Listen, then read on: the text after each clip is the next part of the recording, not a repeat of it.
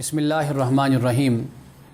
ناظرین کرام، ایک روایت بیان کی جاتی ہے کہ ایک صحابی جنہوں نے زمانہ جاہلیت میں اپنی بیٹی کو کنویں میں پھینک دیا تھا، وہ رسول اللہ صلی اللہ علیہ وسلم کے سامنے اس واقعے کو بیان کرتے ہیں۔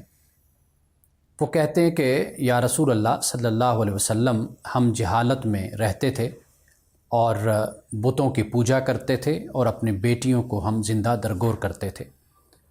وہ یہ واقعہ بیان کرتے ہیں کہ میری ایک بیٹی تھی اور وہ میرے ساتھ بہت پیار کرتی اور میرے پاس جب میں بلاتا تو وہ آ جاتی تھی۔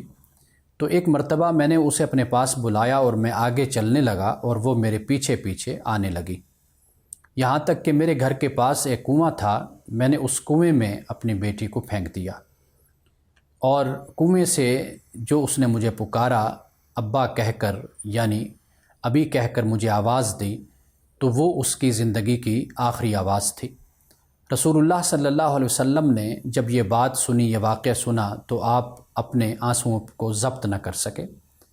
ایک صحابی وہاں پر موجود تھے، وہ اس صحابی کو ڈانٹنے لگے کہ تم نے رسول اللہ صلی اللہ علیہ وسلم کو غمگین کر دیا ہے۔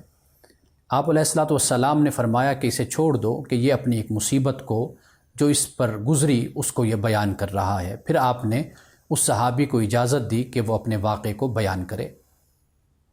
وہ صحابی جب اپنے اس واقعے کو بیان کرنے لگے تو رسول اللہ صلی اللہ علیہ وسلم یہ واقعہ سن کر اتنا روئے کہ آپ کی ہچکی بند گئی اور آپ کی داڑھی مبارک آنسوؤں سے بھر گئی۔ آپ نے اس صحابی سے یہ کہا کہ زمانہ جاہلیت میں جو بھی گناہ ہوئے ہیں تم سے، وہ اسلام کی قبولیت کے بعد وہ ختم ہو گئے۔